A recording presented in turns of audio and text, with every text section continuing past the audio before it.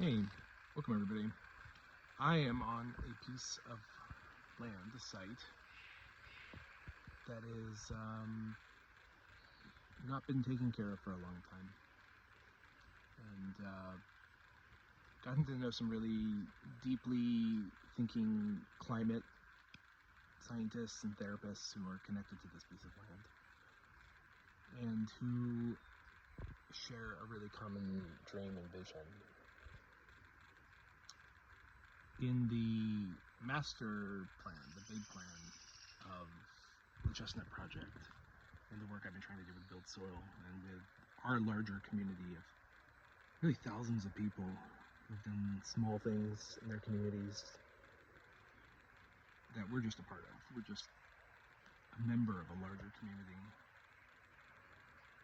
One thing that's always been in my dream was to show how small things can lead to larger things.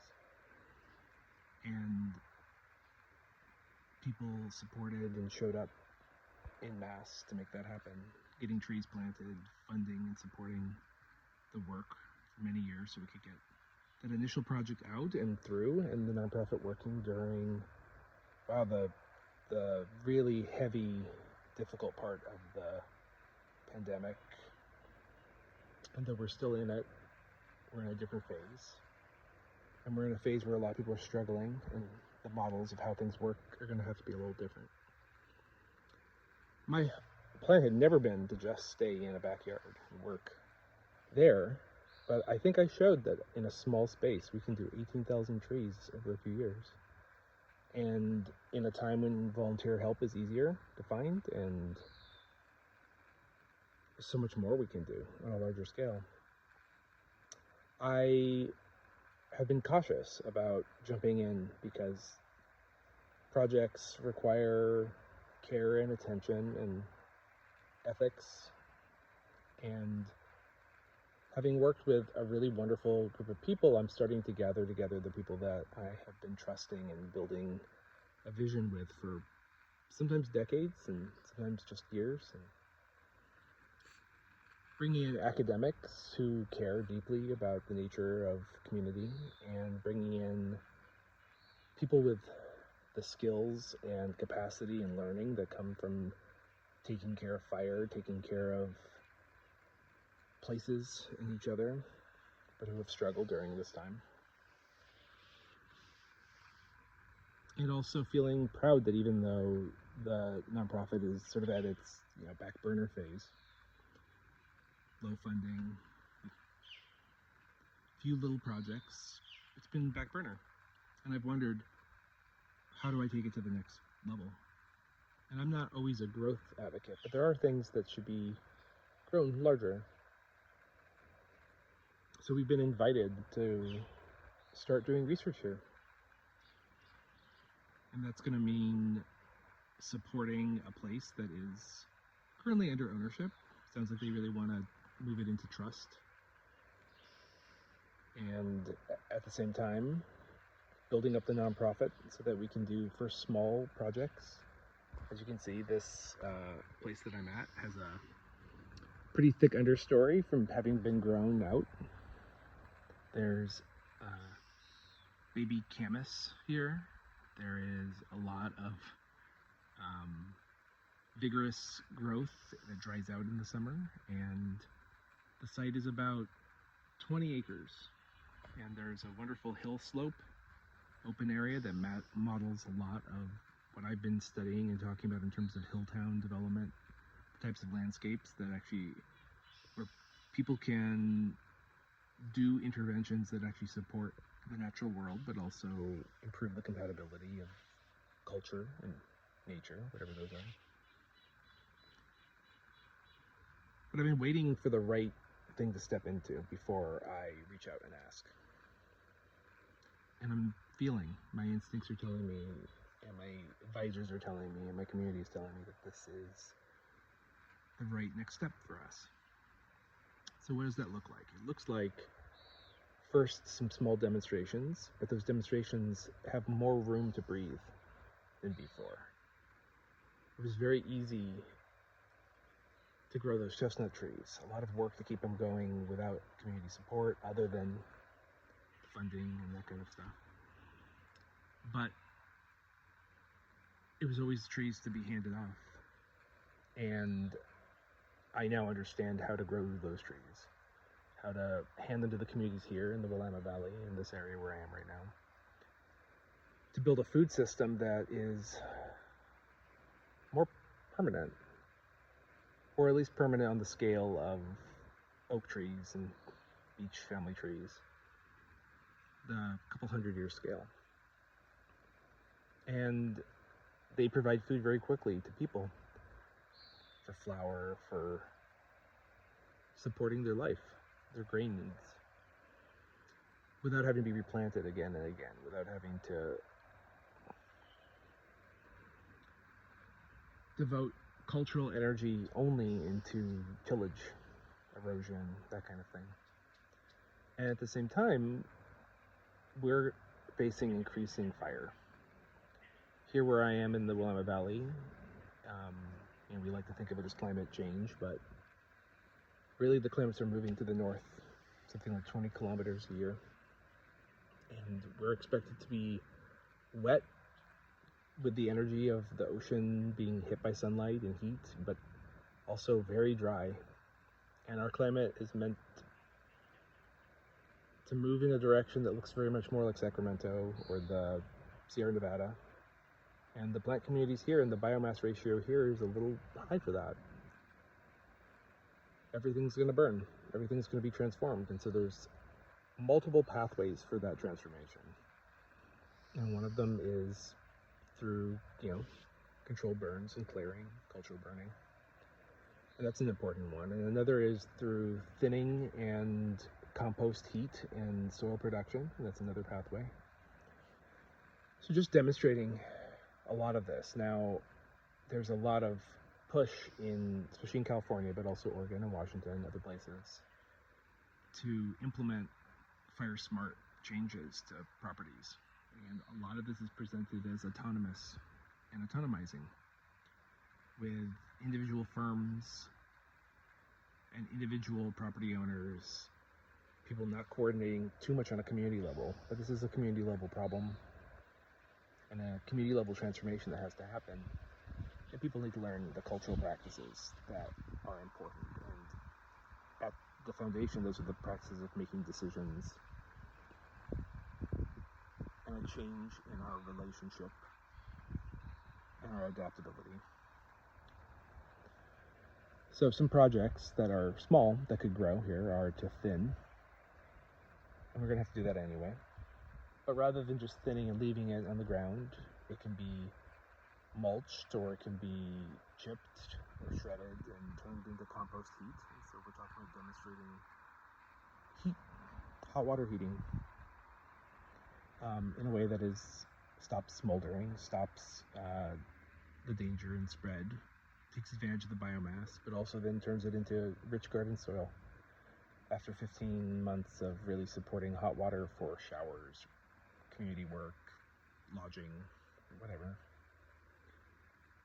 And so that's a project that I'm going to be doing here. The other is doing a chestnut nursery similar to the one we did before. There's a lot of people who have pretty fancy ways of growing chestnuts, and I've learned some pretty simple ways. And I think after lessons learned and a high success rate, we're in a position to document, make videos, make resources to help people do this. Most of the models for chestnut agroforestry are models that are very much on purity of genetics, or on very high production methods that require a lot of equipment, or methods that are very focused on type rather than on improving and widening the genetic diversity, the phenotypical diversity. And also sometimes very resource intensive in terms of nursery production. I would like to show what I've learned about how to do community scale chestnut production and its related other food and fiber and material attributes in a way that is not going to require as much sunk cost. And I think that we can do that here, and the land is perfect for it here. The other is that in the interventions and transformations of fire, there's all these things that are happening out in the world. We are clearing out understories, we are doing control burns, we are doing big swashes through the landscape, and sometimes those are done with consideration for the future. Mostly they're done to make sure that the fire doesn't spread to a town or a community or into the next watershed, and those are important as well. But there are things that we can do to install and take those moments, those opportunities of knowing what's coming, and at the same time also when we respond to fire itself or rebuild from fire, we need solutions. We need seeds to plant that can be replicated. Otherwise people make really rash decisions. One of the things I learned with working with the chestnuts is that the vast majority of chestnuts that died at the beginning of the 20th century didn't die because of the blight. They died because people were preparing for the blight. If there was a sign of blight, and there actually is a related species that has similar symptoms early stage, it's not the major chestnut blight, they got authorization, or they would go and clear those trees. And a huge amount of the chestnut trees in eastern North America were on land that had recently been native land, and there had been genocidal migrations off that land within a generation. And yeah, overgrowth happens. Cultural fire stopped. The passenger pigeons were reducing and stopped bringing phosphorus. And there was a strong incentive to clear that land for normal colonial pioneer purposes, and that was a good excuse. The trees were there, and they definitely were at risk, but we know that a small percentage of that population was resistant, and we probably lost most of those. So it's a good thing to consider the emergencies that happen when people are suspecting that some disaster is happening. And we have to question and sort of examine and interrogate, what are we actually helping do when we respond to a crisis? I believe that we have a lot of models out there that are not being implemented in normal environmental planning and response that can respond to fire by improving the hydrology, improving the access, improving the livability, and the human use of landscape, as well as doing that in a way that is vastly improving and supporting native species, refugee species that are moving towards the poles, ensuring that there's some kind of ecosystem continuity and functionality as we're facing new epochs, moving through the Anthropocene to whatever happens after that. Whether that's a compassionate Anthropocene or whether that's something else. And this is the place where I would like to start. I don't know what phase this would be, phase 3 maybe? If phase 2 was the last phase of building and giving out 18,000 trees. This will be a place where we'll be growing a wide diversity of food trees, but also trying out these techniques and doing it at a scale where, hey, if the project fails, we did it. We did a small thing for a year or two. And then if they work, we grow. Maybe even putting down the foundations for how roads and water can be moved in ways that enhance and improve the non-humans here, the soil here. Inspired from the hill towns that we see in all over the world. Traditional communities building along ridges and taking care of the valleys. That's going to require a shift in my thinking from my own kind of conservative, just taking care of myself, to being devoted again to the project. And that means speaking for the project again.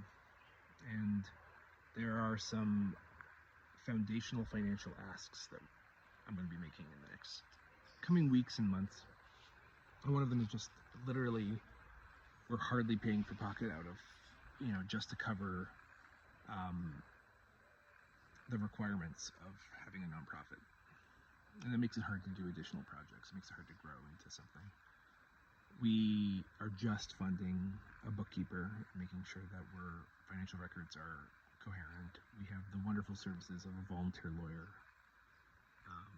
I'm operating as executive director, and following kind of the rules of that, I am working at the very minimum of what is required to keep the project going, and the minimum of what is legally required to pay me for that. It's definitely not the majority of my income. It is a supplement and almost just a legal requirement more than anything else. But I'd like to ask our community for the honor that I was given before of how can I help? How can I take advantage of the knowledge I have, the knowledge my community has, the connections I have, and the opportunities of a place like this so that I can get food out there to people. 2 chestnut trees, 3 chestnut trees can produce the equivalent food production that is needed for for a person to eat. And these trees can live 1,000 years. So once we implement that, we are creating a food basis and an ecology basis. How can I help make sure that Oregon doesn't burn away? Or as it burns, it stabilizes into something wet still, something alive. How can we demonstrate and teach and put together work and books and workshops, videos that are more than just AI generated? My Instagram is flooded right now with fake AI permaculture. I'm getting images of water systems that are literally circular. The water could somehow be moving circularly through the system. There's no way on Earth that this has anything to do with reality. Meanwhile, these people are churning away, running servers in order to generate images that feel like they are sustainable. I don't trust that. And communication needs to be tied with practice, right? Praxis is the observation and action dialectic, moving back and forth between them.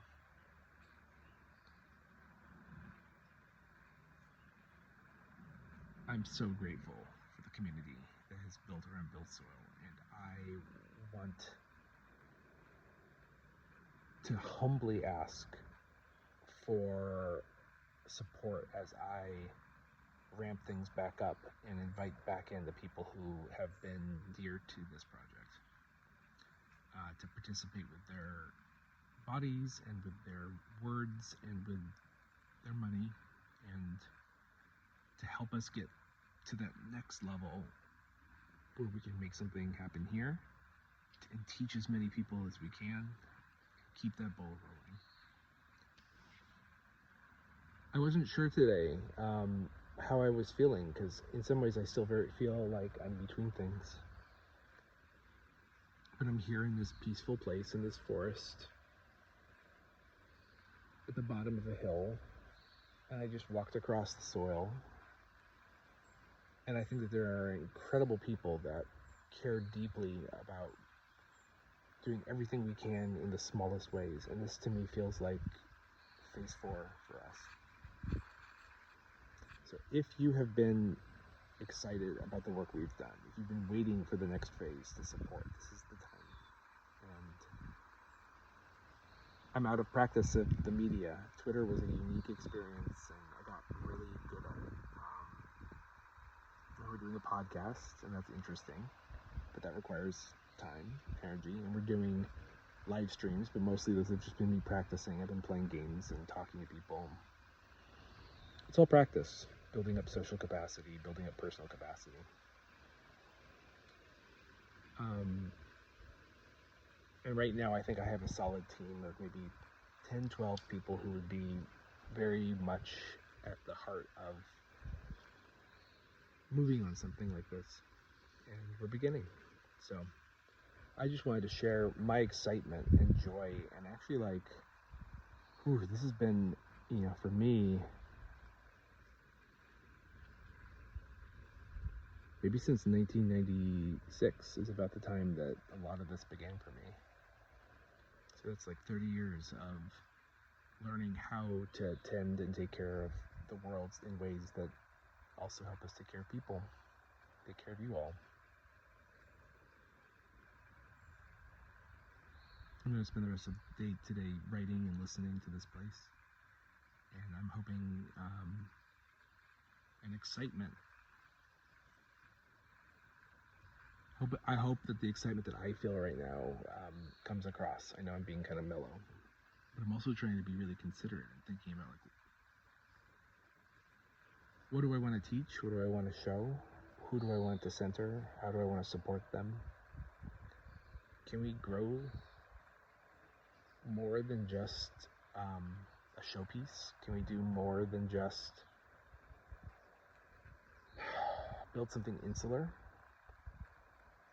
I don't see very many examples in the noise, but I know there's so many examples of people who are working carefully behind the scenes, and have been for a long time. And I'm excited to start to move with momentum again. So, from here in the valley, I hope everyone's doing well, and regardless of how we work together, of how we share, we're going to build this world that works for all together, and that's the only way to do it. We don't have to compromise on that. All right, take care.